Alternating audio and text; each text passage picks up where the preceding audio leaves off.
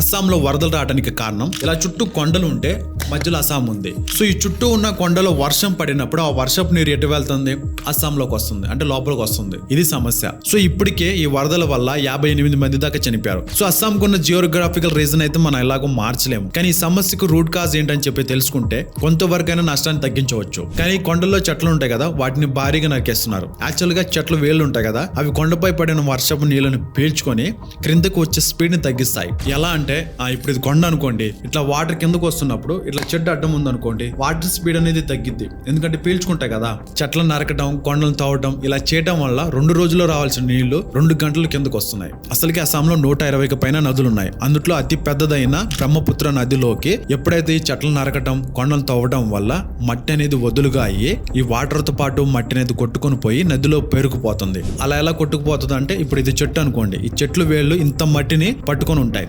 ఎప్పుడైతే ఈ చెట్టు ఉండదో ఈ మట్టి అంతా వాటర్ తో పాటు కొట్టుకొని వెళ్తుంది. సో వాటర్ అనేది కొట్టుకుపోయి నదిలోకి వెళ్ళినప్పుడు నది లోతు తగ్గిపోతుంది, వాటర్ ఫ్లో తగ్గిపోతుంది. వాటర్ ఫ్లో తగ్గిపోయినప్పుడు వాటర్ బయటకు వచ్చి వరదలాగా మారుతుంది. ఇంకోటి పాతకాలపు మట్టి కట్టడాలే ఉన్నాయి, దశాబ్దాల పాటు వాటి మీద డిపెండ్ అవుతున్నారు వాళ్ళు. మరి ఇంకోవైపు హైడ్రో ఎలక్ట్రిక్ ప్రాజెక్టులు, మళ్ళీ డ్యామ్లు, వాటర్ ఎక్కువైతే ప్రాజెక్ట్ కి ఏమైనా ప్రమాదం అని చెప్పి వాటర్ని విడుదల చేస్తున్నారు. దాంతో దిగువ ప్రాంతం ఉన్న ప్రాంతాలు మునిగిపోతున్నాయి. 10 సంవత్సరాలు కాంగ్రెస్ ఉంది, ఏం పీకలేదు. వీళ్ళు పీకలేదని చెప్పి ఇంకో 10 సంవత్సరాలు బీజేపీకి ఇచ్చారు. ప్రెజెంట్ వాళ్ళు కూడా ఏం పీకట్లేదు.